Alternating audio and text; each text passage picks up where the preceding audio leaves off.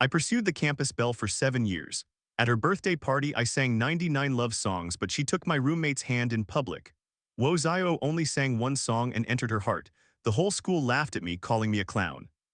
She sent screenshots of my late-night confession to the group. Look at this simp. On the other hand, I joined the group and crazily confessed my love to the girl who criticized me the most. Actually, I only approached her to pursue you.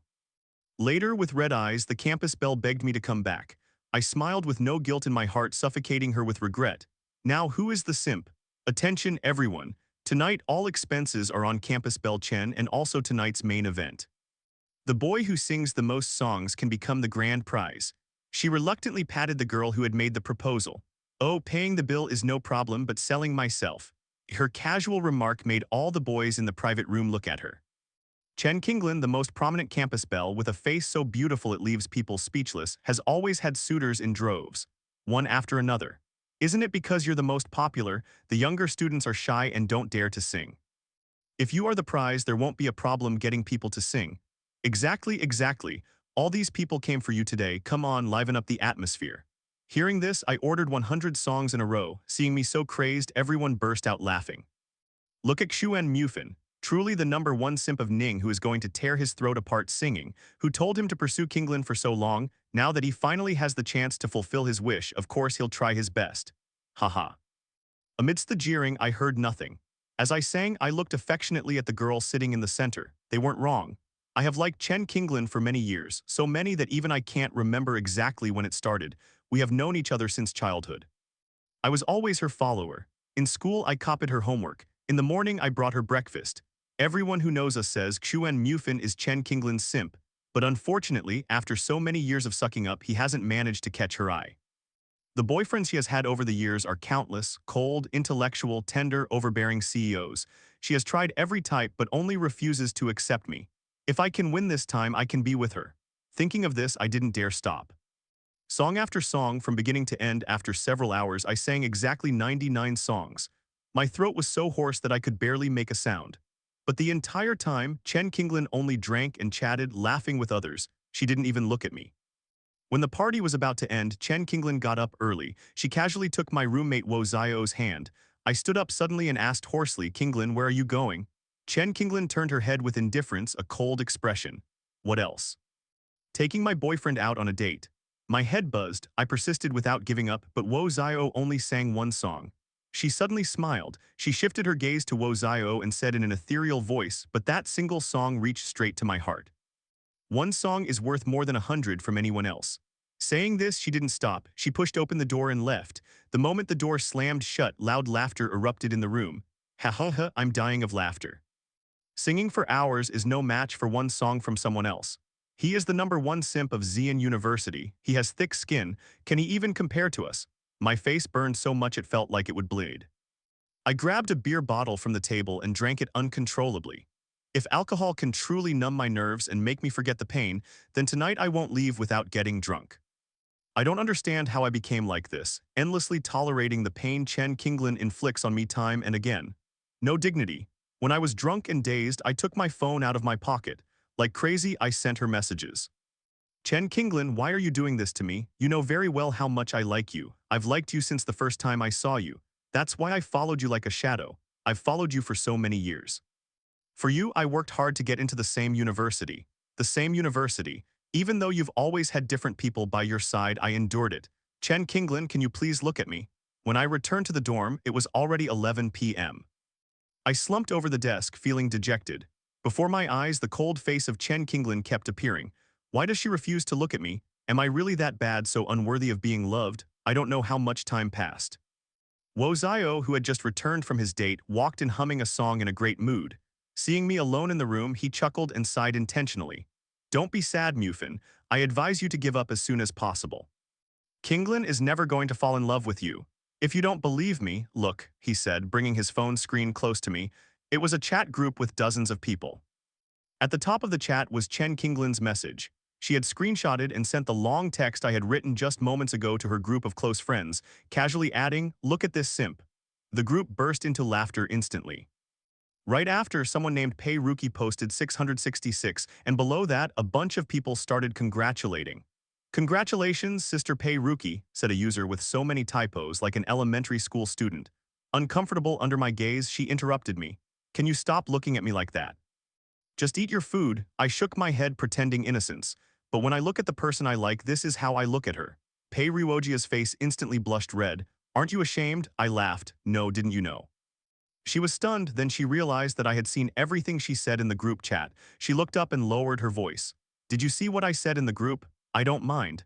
Pei Ryuojia suddenly looked shy. She fell silent for a long time, then pushed her drink toward me, stood up and left.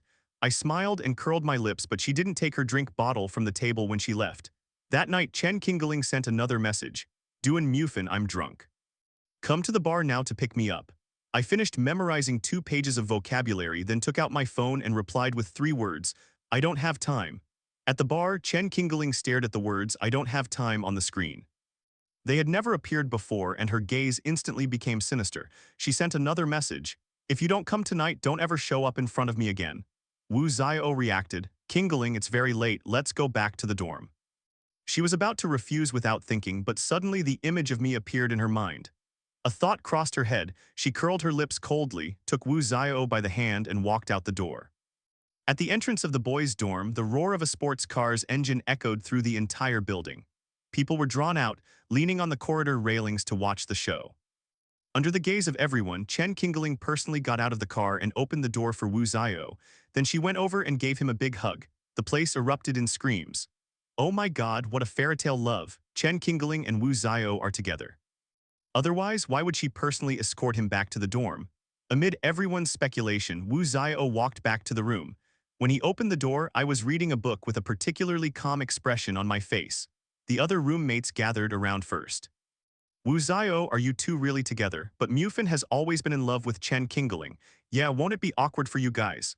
Wu Xiao smiled indifferently. We are together. All these years, Mufin's love for Qingling has been one-sided.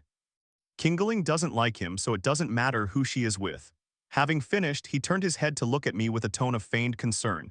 Mufin, Qingling and I are together, will you bless us? To kill someone and crush their heart is exactly this, but now I didn't care anymore. I smiled slightly.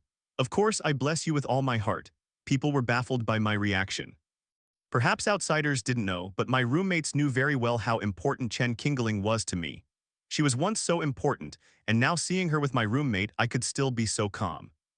Everyone looked at each other until I spoke up to change the subject, so they said no more. A few days later, the annual campus singing competition arrived. As the favorite to win, I had prepared a song about a secret love for the finals. I had begged for a long time for Chen Qingling to agree to come watch me perform on the day of the finals, because I had originally planned to sing this song and then confess my love to her. But now it was no longer necessary. On the day of the finals, both Chen Qingling and Pei Ryuojia came.